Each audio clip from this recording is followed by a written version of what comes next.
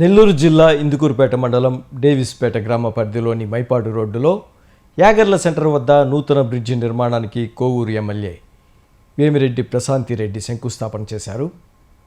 తోటపల్లి గూడూరు మండలం నుంచి ఇందుకూరుపేట మండలానికి వెళ్లే ఈ మార్గం చాలా సన్నగా ఉండడంతో గతంలో పలుమార్లు రోడ్డు ప్రమాదాలు చోటు చేసుకున్నాయి. దీంతో స్థానిక ప్రజలు ఎప్పటికప్పుడు భయభ్రాంతులకు గురవుతున్నారు. ఈ సమస్యను గమనించిన కోవూరు ఎమ్మెల్యే వేమిరెడ్డి ప్రశాంతిరెడ్డి చొరవ తీసుకుని నూతన బ్రిడ్జి నిర్మాణ పనులకు శ్రీకారం చుట్టారు. ఈ సందర్భంగా వైసీపీ ప్రభుత్వ కాలంలో నిలిచిపోయిన మైపాడు రోడ్డు పనులను కూడా పునఃప్రారంభిస్తూ శంకుస్థాపన నిర్వహించారు.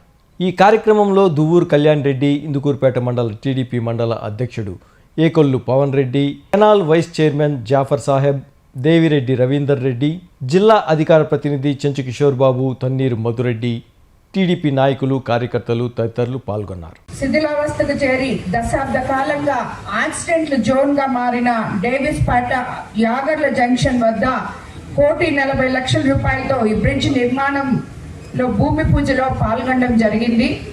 ఇది నిజంగా చాలా సంతోషించదగ్గ విషయం ఈరోజు. ఎందుకంటే ఇటీవల కాలంలో చాలాసార్లు నేను దగ్గరలోనే కార్లు తిరగబడిపోవడం, బైక్లు పడిపోవడం, చాలా మంది ఇబ్బంది పడడం విన్నాము. దాని తర్వాత దీన్ని సీఎం గారి దృష్టికి తీసుకువెళ్ళిన తర్వాత ఇమీడియట్గా 1,40,00,000తో ముందుగా ఈ బ్రిడ్జ్ శాంక్షన్ చేయడం జరిగింది. దానికే ఈరోజు మనం శంకుస్థాపన చేసుకున్నాం. కాంట్రాక్టర్లు కూడా ఉన్నతమైన క్వాలిటీ తోటి తొందరగా కూడా దీన్ని కంప్లీట్ చేయాలని చెప్పి నేను కోరుకుంటున్నాను.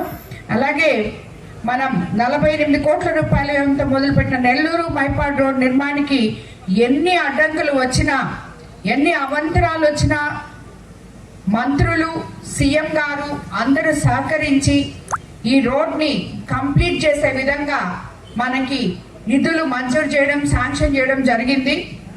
దాన్ని ఇప్పటికి ఆల్మోస్ట్ సగం వరకు కంప్లీట్ చేసాం.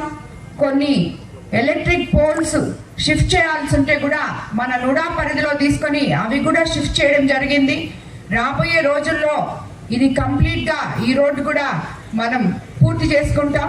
మనం అధికారంలోకి వచ్చిన తర్వాత మన ముఖ్యమంత్రి చంద్రబాబు నాయుడు గారు ఏదైతే చెప్పారో సంక్షేమము, అభివృద్ధి సమపాలనలో చేసి చూపిస్తాము అని చెప్పి, ఇది పేద ప్రజల ప్రభుత్వం అని ఎన్నో రోజుల నుంచి గుంతలు పడిపోయి గత 5 సంవత్సరాల్లో ఎక్కడ రోడ్డు గుంతలు అని పూడ్చుకున్నా ఉన్నటువన్నీ ఈ రోజు మనం అధికారంలోకి వచ్చి 20 నెలలు మాత్రమే అయింది.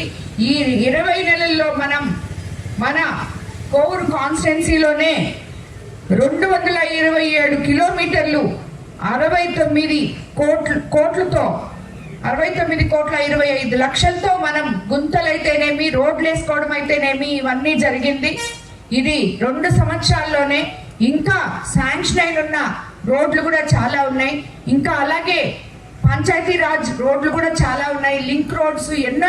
ఇటువంటి ప్రభుత్వంలో మనం రాబోయే రోజుల్లో మరిన్ని అభివృద్ధి పనులు మన కోవూరు కాన్స్టిట్యున్సీకి చేసుకుంటామని చెప్పి కూడా మీకు అందరికీ తెలియజేసుకుంటున్నాను. అదేవిధంగా ఇక్కడ కూడా చాలా మంది రైతులు ఉంటారు. ఇప్పుడే కలెక్టర్ గారితో, జేసీ గారితో ధాన్యం కొనుగోలు మీద ఒకవైపు మిల్లర్స్, ఇంకోవైపు రైతులు, అధికారులు అందరం కూర్చొని సమన్వయపరుచుకొని ఎక్కడ రైతులు ఇబ్బంది పడకూడదు అనే రీతిలో ధాన్యం కొనుగోలు చేయాలి అని చెప్పి రిక్వెస్ట్ చేయడం జరిగింది. అందుకు అధికారులు కూడా సమ్మతించారు. కాబట్టి రైతులు అందరికీ కూడా ఎటువంటి సమస్య లేకుండా అతి త్వరలో మీ ధాన్యం కొనుగోలు చేసుకోవచ్చు. మీకు అందరికీ గుర్తుండే ఉంటుంది, గత రబీ సీజన్లో 48 గంటల్లో ధాన్యం కొనుగోలు చేసిన ప్రతి రైతుకి అమాలీల దగ్గర నుంచి మొత్తం అకౌంట్లలో డబ్బులు పడడం జరిగింది. అలాగే కొంతమంది రైతులు నా దృష్టికి తీసుకొచ్చారు, పోయినసారి ట్రాక్టర్స్ ది బ్యాలెన్స్ ఉంది అని చెప్పి ఇప్పుడే కలెక్టర్ గారు చెప్పారు. ఎవరైనా అటువంటి బిల్స్ పెండింగ్ లో ఉంటే ఆ బిల్స్ తీసుకెళ్లి ఆఫీసర్ల దగ్గర సబ్మిట్ చేస్తే డబ్బులు కూడా వచ్చున్నాయి. ఆల్రెడీ 36 లక్షలు మన కాన్స్టిట్యున్సీకి ఎవరెవరికి రావాలో వాళ్ళందరూ అవి కూడా తీసుకోవాలని చెప్పి నేను మిమ్మల్ని అందరినీ కోరుకుంటూ